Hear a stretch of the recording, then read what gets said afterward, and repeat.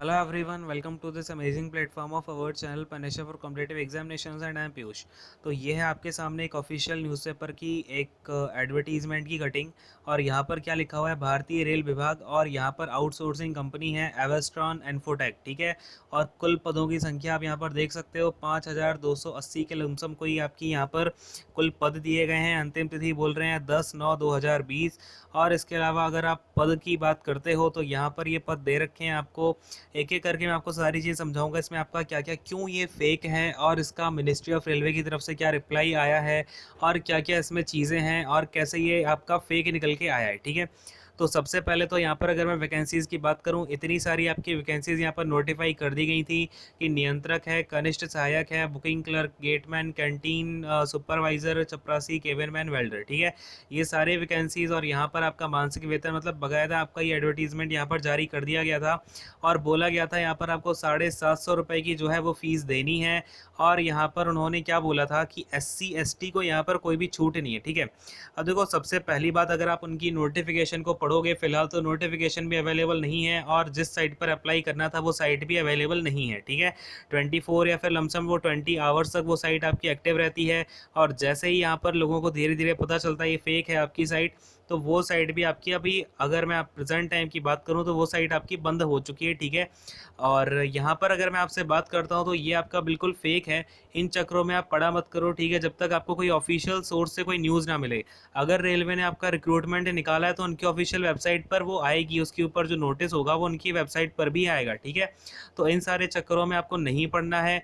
अगर मैं आपकी मिनिस्ट्री ऑफ रेलवे की तरफ से बात करूँ तो उनका जो ऑफिशियल ट्विटर हैंडल है, तो उनकी तरफ से आपका ये जो है ये जारी किया गया है। ये आप यहाँ पे देख सकते हो, भारतीय रेल अवेस्ट्रॉन इन्फोटेक के माध्यम से कोई नियुक्ति नहीं कर रही है, फर्जी विज्ञापनों से सावधान रहें। ये आपका जो ऑफिशियल रेलवे का हैंडल है मिनिस्ट्री ऑफ रेलवे का, और जो PIB का हैंडल है ट्विटर हैंडल, ठीक है। वहाँ पर उन्होंने ये पिक आपकी पोस्ट कर दी है, जहाँ पर ये क्या है भाई, देखो सीधा सीधा फर्जी का यहाँ पर टैग लगा हुआ है कि ये जो नोटिफिकेशन आपकी बिल्कुल फर्जी है और ऐसा कोई भी रिक्रूटमेंट नहीं होने वाला है, ठीक है।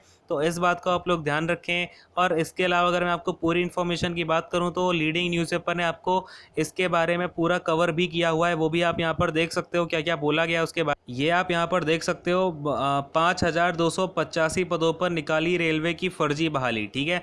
यानी कि आपका जो ये रिक्रूटमेंट था वो बिल्कुल आपका यहाँ पर फ्रॉड रिक्रूटमेंट था।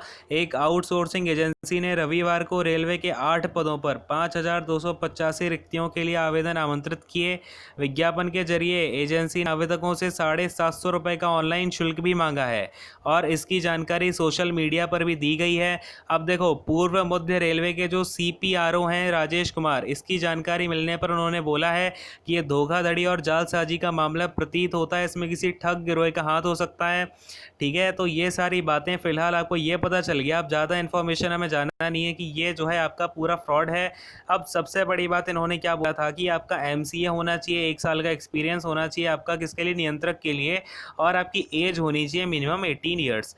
तो कभी भी रेलवे आपका अगर MCA वगैरह मांगता है तो वहाँ पर आपका रेलवे क्या कोई भी आपका सेंट्रल गवर्नमेंट का कोई भी फॉर्म होगा, वहाँ पर अगर उन्होंने MCA वगैरह मांगा होगा तो 18 ईयर्स तो नहीं बोलते हैं वो। अगर उन्होंने MCA वगैरह मांगा हुआ है उसके बाद में आपसे क्या बोल रहे हैं, 1 ईयर का एक्सपीरियंस भी चाहिए। तो 18 ईयर्स में आपको ना तो आप MCA कर पाओगे, ना ही आपको MCA करने के बाद में 1 ईयर का वर्किंग एक्सपीरियंस आएगा, ठीक है।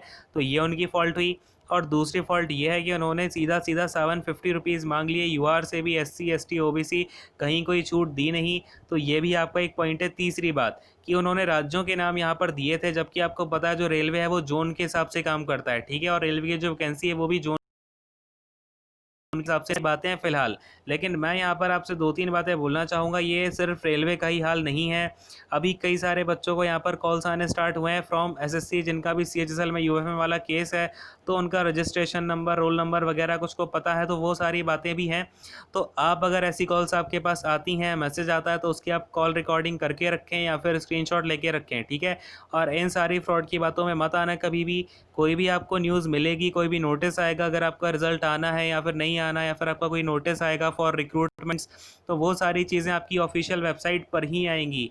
इन सारी बातों पर आपको बिल्कुल यहाँ पर फंसने की ज़रूरत है नहीं। और अगर कोई वैकेंसी आती है, कोई नोटिफिकेशन आती है, तो मैं तो आपको नोटिफाई कर ही देता हूँ, ठीक है। तो इन सारी चीज़ों को आप बिल्कुल देखते रहा करो, ऑफिशियल सोर्सेज पे ही बिलीव रखो, ठीक है। चलो खैर, यहीं पर सेशन को एंड करता हूँ। Thank you so much, God bless you all, take care, bye bye. And यही छोटी मोटी मुझे आपसे बातें करनी थी।